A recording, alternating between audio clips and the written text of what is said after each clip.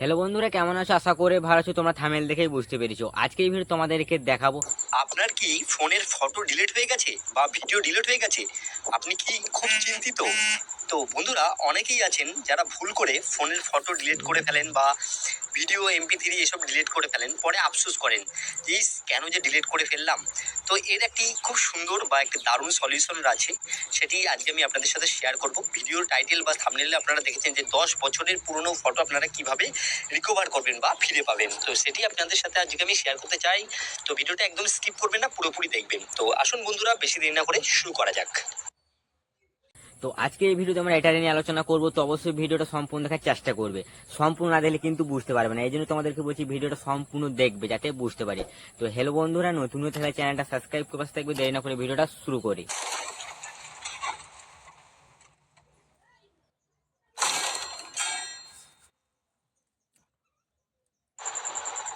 Hello বন্ধু, তো এর জন্য আপনাদেরকে প্লে স্টোর থেকে একটি অ্যাপস ইনস্টল করে নিতে হবে। তো এই জন্য আপনারা সবাই প্লে স্টোরে চলে যাবেন, আর ভিডিও ডিসক্রিপশনে আমি অ্যাপসের লিঙ্ক দিয়ে দেবো। আপনারা চাইলে সেখান থেকেও এই অ্যাপসটিকে ডাউনলোড করে নিতে পারবেন। কি করতে হবে, প্লে স্টোরে গিয়ে আপনারা এখানে বরাবরের মতো ক্লিক করবেন।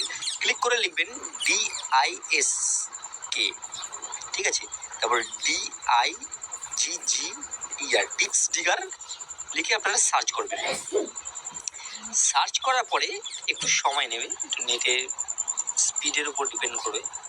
তো ডিক্স ডিগার লিখে সার্চ করার পরে আপনাদের সামনে এরকম একটি অ্যাপস আসবে। অ্যাপসটাকে দেখে নিন।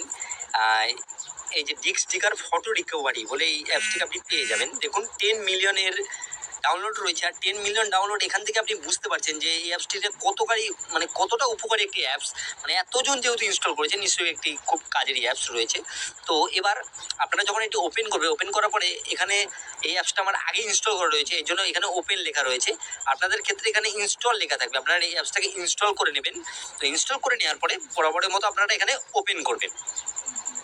ঠিক আছে? ওপেন করার পরে কিছু যদি আপনাদের পারমিশন চাই, আপনারা অ্যালাউ করে দেবেন। তো এখানে দেখুন দুখানা অপশান আপনি পেয়ে যাচ্ছেন। একটা লেখা আছে বেসিক স্ক্যান, নো রুট, মানে ফোন যদি রুট না থাকে তবু এটা হবে।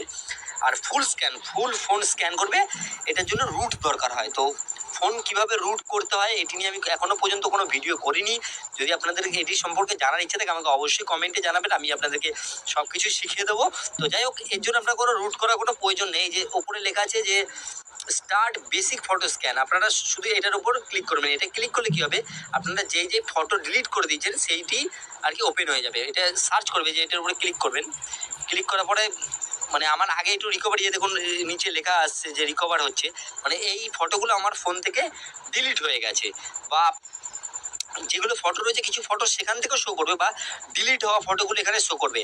তো সেক্ষেত্রে এই যে আমার অনেক এখানে ফটো রয়েছে, এই মুহূর্তে অনেক ফটো এখানে চলে এসেছে ইতিমধ্যে। তো আপনারা এরকম ফটোর যেগুলো ওপেন হবে, আপনারা দেখতে পাবেন যে এখান থেকে যেই ফটোটা দেখা গেলো আপনারা ডিলিট করে দিয়েছেন, বা এখানে কিছু ফটো যেগুলো রয়েছে আমি ডিলিট করে দিয়েছি। যেই ফটোটা আপনার মনে হবে যে এই ফটোটা আমি ডিলিট করে ফেলেছি, আমার এই ফটোটা এখন প্রয়োজন, আপনারা সেই ফটোটার উপর ক্লিক করবেন। ক্লিক করার পরে এখানটা করে ক্লিক করবেন, সিলেক্ট রয়েছে দিয়ে যে এই যে এখানে একটা ডাউনলোড টাইপের চিহ্ন রয়েছে, এই দেখুন এই যে এই জায়গাটা করে ক্লিক করবেন। দিয়ে এরকম তিনটে অপশান পেয়ে যাবেন যে save the file to an app on your device such as email, Dropbox, Google drive. Google drive, Dropbox এগুলোর মধ্যে আমি সেভ করতে চাই। তারপরে এই যে আরেকটা দেখুন দ্বিতীয় নম্বর রয়েছে save file to custom location. এই যে দ্বিতীয় নম্বর যেটা রয়েছে, এটাই যদি আমরা ক্লিক করি তাহলে আমরা ফোন মেমোরি বা SD কার্ডের মধ্যে সেভ করে নিতে পারবো। আর আপলোড ফাইল ডাইরেক্ট এখান থেকে আপলোড হয়ে যাবে। আমরা এই যে সেভে ক্লিক করলাম,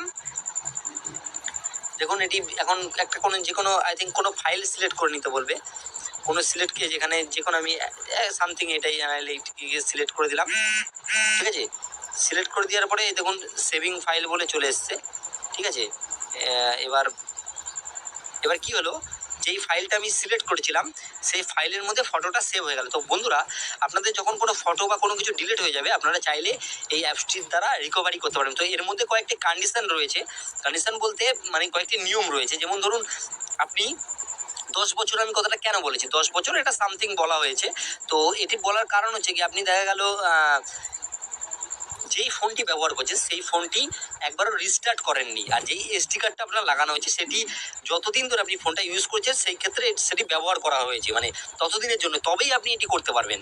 আর আরেকটা ক্ষেত্রে দেখা গেল আপনার যে অ্যান্ড্রয়েড ডেটাগুলো রয়েছে, যেমন আমি আগে অনেক ডেটা সম্বন্ধে ভিডিও করেছি, যেগুলো অ্যান্ড্রয়েড ডেটা দেখা দেখবেন ফোন মেমোরিতে অ্যান্ড্রয়েড ডেটাবেস বলে থাকে, সেখানের মধ্যে যেন ডেটা ক্লিয়ার থাকলে মানে কাজটি মেটে না। যেমন আমি আপনাদের সামথিং দেখিয়ে দিচ্ছি, এখানে অ্যান্ড্রয়েড বলে একটা ফোল্ডার রয়েছে, অ্যান্ড্রয়েড বলে দেখবে সবারই অ্যান্ড্রয়েডে যে অ্যান্ড্রয়েড বলে এই দেখুন ডাটা বলে, এরকম ডাটা ফাটা মানে ডাটা যেগুলো রয়েছে এগুলো যেন ঠিকঠাক থাকে, একদম পারফেক্ট, তবেই আপনি এগুলোকে রিকভার করতে হবে। তো ফ্রেন্ড, আশা করি আপনারা বুঝতে পেরেছেন। আর আরেকটা কথা বলি, সবাইকে অনেক অনেক ধন্যবাদ। তো বন্ধুরা, ভিডিওটা ভালো লেগে থাকলে প্লিজ একটা লাইক। এবার আসছি অন্য কোনো ভিডিওতে।